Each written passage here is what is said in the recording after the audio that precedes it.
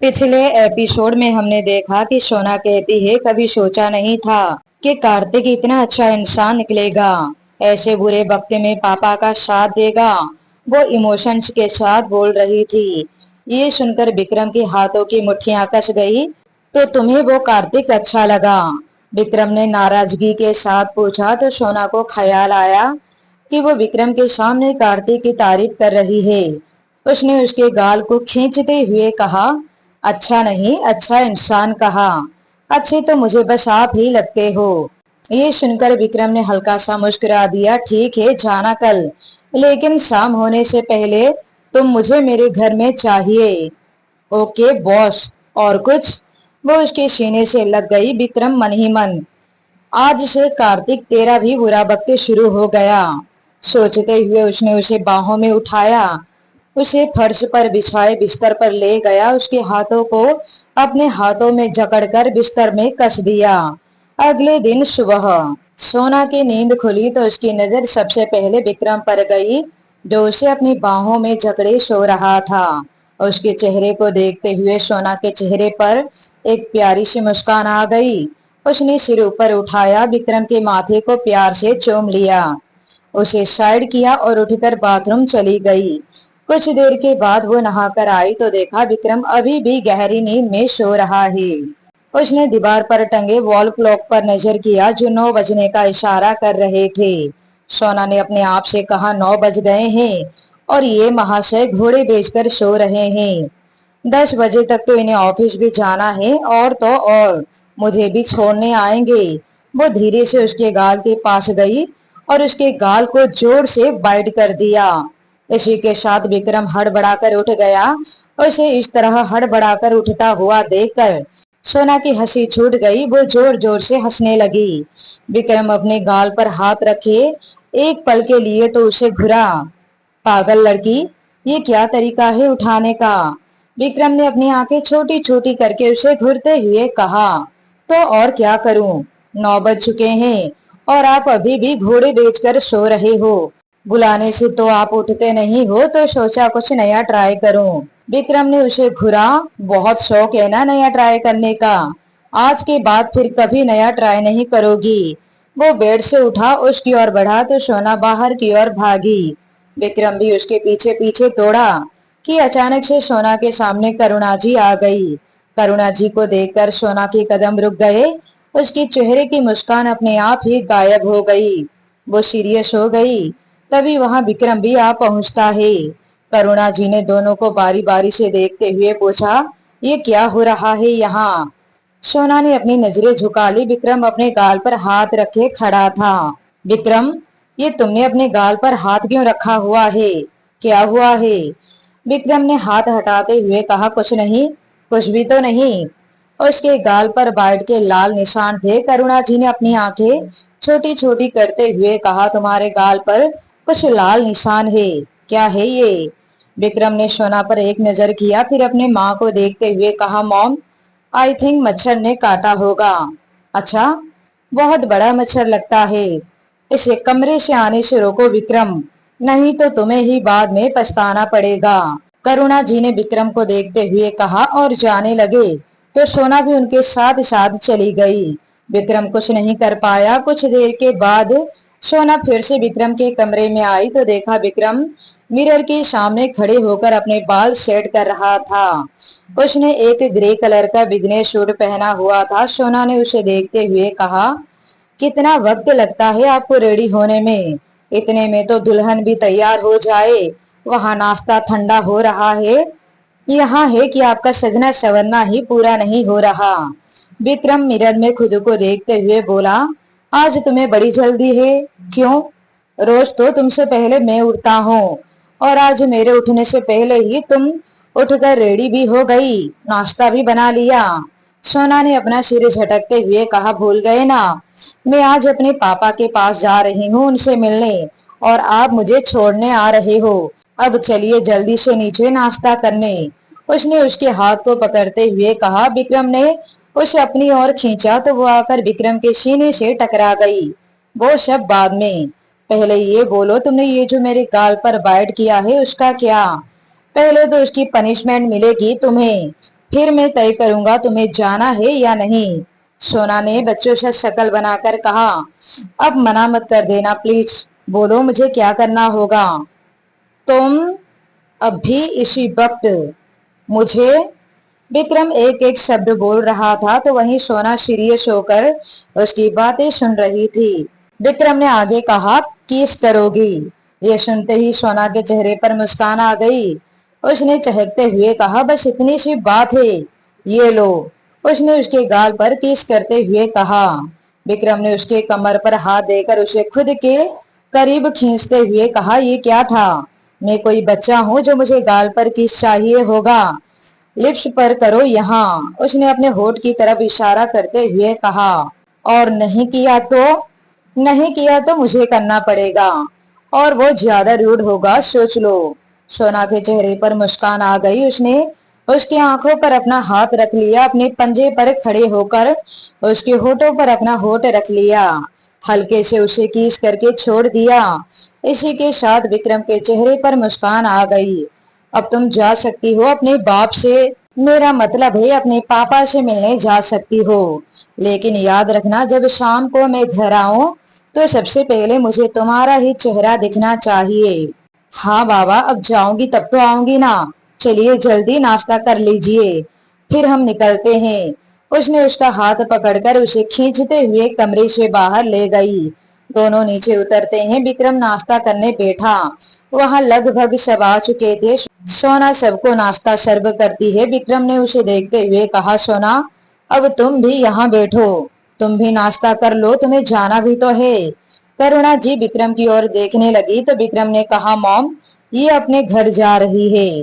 करुणा जी हैरानी से दोनों को बारी बारी से देखने लगी।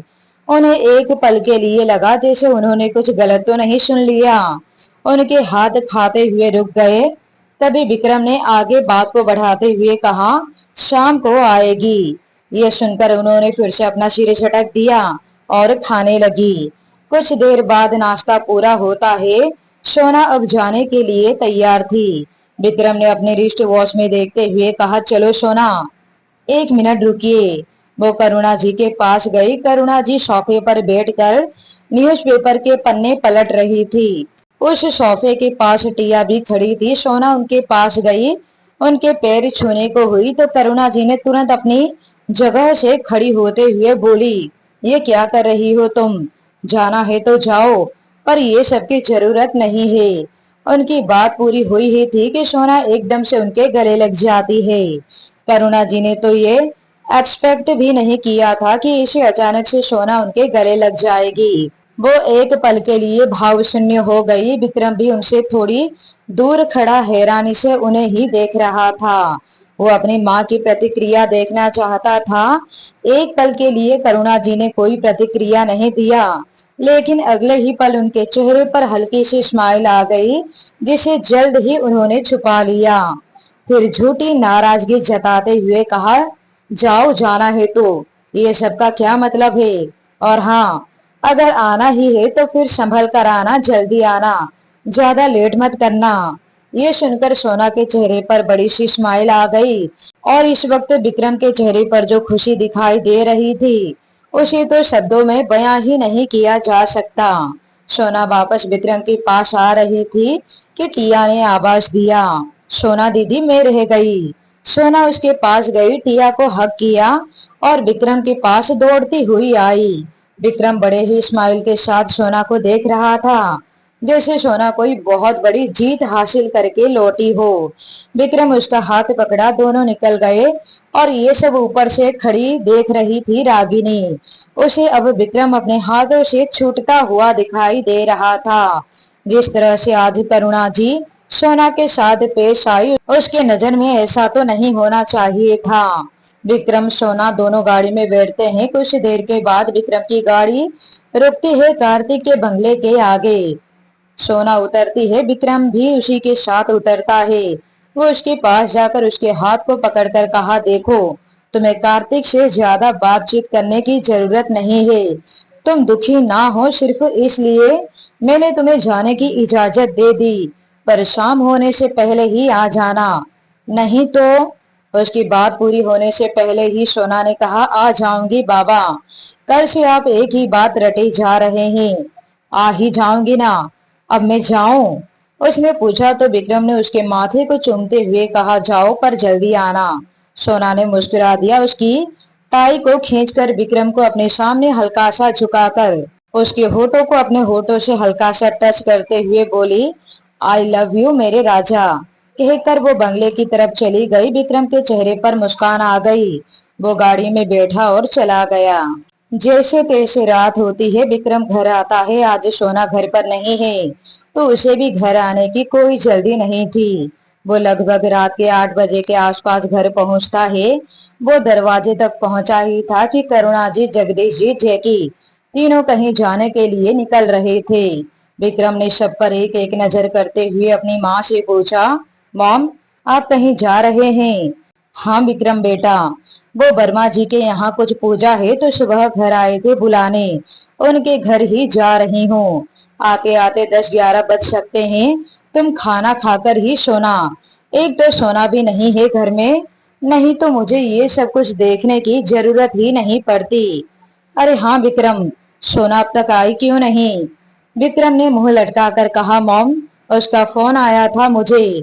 उसके बाप का तबीयत कुछ ठीक नहीं है तो सोना बोल रही थी कल सुबह आएगी। ओह, टिया और विराट भी कहीं बाहर गए हैं। अच्छा, वैसे रागिनी है, वो तुम्हें खाना परोस देगी, करुणा जी ने कहा। तो विक्रम ने हैरानी से, रागिनी है का क्या मतलब? उसे भी ले जाइए अपने साथ, वो अकेली पड़ी पड़ी क्या करेगी? करुणा जी ने कहा, बेटा कितनी बार बुलाया उसे, लेकिन उसका मन ही नहीं है आने को, तो फिर मैंने भी जाने दिया। अच्छा, हम निकलते हैं। चलिए जगदीश जी, जेकी बेटा, उन्होंने दोनों को बारी बारी से देखते हुए कहा और वो सब निकल गए। विक्रम सीटी बजाता हुआ अपने कमरे में जाता है। कमरे का दरवाजा अंदर से बंद कर देता है। शावर लेता है, फिर अपना लैपटॉप लेकर कुछ काम करने लग जाता है। कुछ देर काम करने के बाद वो अपना लैपटॉप बंद करता है। पता नहीं मॉम आए भी या नहीं, लगता है मुझे ही जाकर खुद खाना निकालना पड़ेगा। वो अपने कमरे से बाहर निकला। नीचे आता है तो देखता है रागिनी डाइनिंग टेबल पर खाना लाकर सजाकर रख रही है। उसने विक्रम को देखते ही कहा, अरे अच्छा हुआ विक्रम तुम आ गए, मैं अभी तुम्हें बुलाने जाने ही वाली थी। चलो मैं तुम्हारे लिए खाना सर्व कर देती हूँ। विक्रम ने बिना कोई जवाब दिए जाकर बैठ जाता है। रागिनी उसे प्लेट में खाना परोस कर देती है। सामने की सीट पर बैठी उसे ही देखती रहती है। विक्रम को उसकी हरकतें देखकर चिढ़ हो रही थी। उसने खाया और अपने कमरे में वापस आया। आकर अपने मॉम को फोन लगाता है, बात कर रहा होता है कि रागिनी आकर दरवाजा खटखटाती है। विक्रम ने कॉल कट किया। दरवाजा खोलता है तो सामने रागिनी 2 कप कॉफी के साथ खड़ी थी। विक्रम ने एक नजर उसके कॉफी के कप पर किया और फिर उसे अजीब सी नजरों से घूरते हुए कहा, ये क्या है? मैंने कॉफी लाने के लिए कहा था तुम्हें।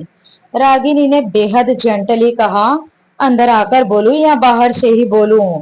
विक्रम के कुछ जवाब देने से पहले ही वो उसके साइड से होते हुए अंदर आ गई। विक्रम, वो क्या है ना, मुझे खाना खाने के बाद कॉफी पीने की आदत है। आज घर में भी कोई नहीं है मुझे कंपनी देने के लिए, सोचा तुम्हारे कमरे में आ जाऊं। विक्रम ने अपने माथे पर 2 उंगली रब करते हुए बोला, लेकिन मुझे ऐसी बेहुदा आदत नहीं है। विक्रम, एक दिन पी लोगे तो कुछ नहीं हो जाएगा, प्लीज। उसने उसके हाथ में कप थमाते हुए कहा। वो खुद भी उसके सोफे पर बैठकर पीने लगी। तुम भी पियो ना, बहुत अच्छी बनी है। विक्रम ने बेमन से पीना शुरू किया। अभी उसने 2-3 घूंट ही पिए होंगे कि उसे हल्का सा चक्कर आने लगा। उसने कप साइड में टेबल पर रखा, अपना सिर पकड़कर, ये अचानक से मुझे क्या हो रहा है? रागिनी झट से खड़ी होकर उसके पास आती है। क्या हुआ विक्रम? पता नहीं, चक्कर सा आ रहा है। रागिनी उसे सहारा देकर बेड तक ले जाती है। तुम आओ यहाँ, तुम्हें आराम की जरूरत है, यहाँ लेट जाओ। विक्रम बेड पर लेट जाता है। फिर धीरे धीरे उसकी आंखें बंद हो जाती है। अगले दिन सुबह 6 बजे अलार्म के साथ विक्रम की आंख खुलती है। वो आंख मलता हुआ उठकर बैठा तो उसकी आंखें बड़ी हो गई। एक पल के लिए वो सुन्न पड़ गया। उसने कभी सोचा नहीं था कि उससे इतनी बड़ी गलती भी हो सकती है। नहीं, ये यहाँ कैसे? उसने अपनी बाजू में सो रही रागिनी को देखते हुए कहा। उसने खुद पर एक नजर किया। ब्लैंकेट के नीचे उसका शरीर खाली था। बेड के नीचे उसके और रागिनी के कपड़े बिखरे पड़े थे। अब सारा माजरा समझने में उसे देर नहीं लगी। उसने बेहद नफरत से रागिनी के बाजू को पकड़कर झंझोड़ते हुए उसे आवाज दिया, रागिनी, रागिनी उठो यहाँ से, रागिनी। कई बार बुलाने के बाद रागिनी आंख मलते हुए उठ बैठी। उसने सामने विक्रम को देखा तो वो देखकर दंग रह गई। विक्रम, तुम मेरे कमरे में? यहाँ? विक्रम ने भड़कते हुए कहा, ये तुम्हारा नहीं, मेरा कमरा है। Now get out of my room. Ragini ने देखा ब्लैंकेट के नीचे वो बिल्कुल बिना कपड़ों के थी। उसने नीचे फर्श पर पड़े बिखरे अपने कपड़ों को देखा। विक्रम, ये क्या किया तुमने? ये सब क्या है? कहते कहते उसकी आंखों में आंसू आ गए। तुमने तो मुझे कहीं का नहीं रखा विक्रम। मैं सोच भी नहीं सकती कि तुम मेरे साथ ऐसा कर सकते हो। Shut your mouth. ये सब तुम्हारी वजह से हुआ है। मुझे बराबर से याद है, कल रात तुम कॉफी लेकर मेरे कमरे में आई थी और वो कॉफी पीते ही पता नहीं मुझे क्या हो गया।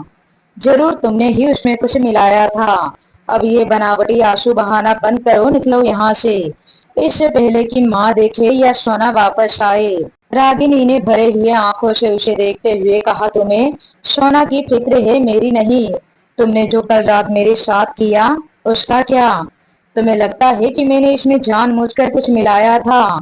ऐसा होता तो मैं खुद भी यहाँ बेहोश होकर नहीं गिर जाती। मुझे अच्छे से याद है विक्रम, मैंने कॉफी में सिर्फ थोड़ा सा कोको पाउडर और सिनेमन पाउडर ही मिलाया था। कहीं मैंने गलती से कुछ और तो नहीं मिला दिया था? Shut up. बंद करो अपनी ये बेहुदा बातें। तुम्हें लगता है कि मेरे घर में, मेरे किचन में बेहोशी की दवा या कुछ ऐसी चीजें रखी जाती है जिसे पीने से हम बेहोश हो जाए? Shut up and get out. Ragini उठती है, अपने कपड़े लेकर बाथरूम जाती है, कपड़े पहनकर आती है। विक्रम को आंसू भरे आंखों से एक नजर करते हुए बोली, बिलीव मी विक्रम, मैंने जानबूझकर ऐसा कुछ भी नहीं मिलाया था। विक्रम ने गुस्से से अपना चेहरा फेर लिया और रागिनी वहां से निकल गई। सब अपने अपने कमरे में ही थे। रागिनी को किसी ने विक्रम के कमरे से निकलते हुए देखा नहीं था। विक्रम अपने कमरे में सिर पर हाथ दिए बैठा था। आज जो कुछ भी हुआ वो होना नहीं चाहिए था। सोना को पता चलेगा तो पता नहीं क्या होगा। उसने टाइम देखा, अब तक 7 बज चुके थे। वो उठकर बाथरूम चला गया। कुछ देर के बाद वो 3 पीस सूट में रेडी था।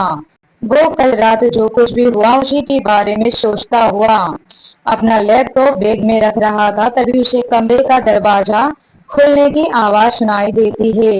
विक्रम ने झल्लाते हुए कहा, रागिनी, तुम फिर से? कहते हुए मुड़ा तो सामने सोना थी। सोना जो स्माइल के साथ दरवाजे पर खड़ी थी। उसने अब अंदर कदम बढ़ाते हुए कहा, विक्रम, क्या कहा आपने? रागिनी फिर से यहाँ?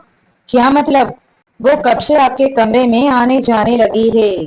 उसने उसे घूरते हुए गुस्सा करते हुए कहा। विक्रम ने बात को घुमाते हुए कहा, नहीं तो कमरे में नहीं। वो क्या है ना, सुबह से 2 बार ब्रेकफास्ट के लिए बुलाने आ चुकी है, तो मुझे लगा इस बार भी। उसने अटकती आवाज में कहा। ओह विक्रम, मैं तो डर ही गई थी। आपके कमरे में कोई और आए, आपके करीब कोई और आए, ये सब मुझे पसंद नहीं। अगर ऐसा कभी हुआ भी ना। सोना भी बोल ही रही थी कि विक्रम ने उसके बात को बीच में ही काटते हुए कहा, वो सब छोड़ो, कल रात तुम आई क्यों नहीं? मैं नाराज हूँ तुमसे। विक्रम, आपको पता नहीं है पापा की क्या हालत हो गई है। गहरा सदमा लगा है उन्हें। सोना ने रोते हुए गले से कहा और विक्रम के गले से लग गई। विक्रम ने उस पर अपनी बाहें लपेट ली। उसके दिमाग में इस वक्त रघुवीर की बातें नहीं बल्कि रागिनी की बातें चल रही थी। उसे तो ये सोचकर ही उसके माथे पर पसीने आ गए थे कि अगर सोना को पता चल गया तो क्या होगा। ये तो अब आप ही कमेंट में बता सकते हैं, तो फिर कीजिए कमेंट। साथ ही आगे की कहानी को सुनने के लिए बने रहिए। मोहब्बत है सिर्फ तुमसे कहानी पर।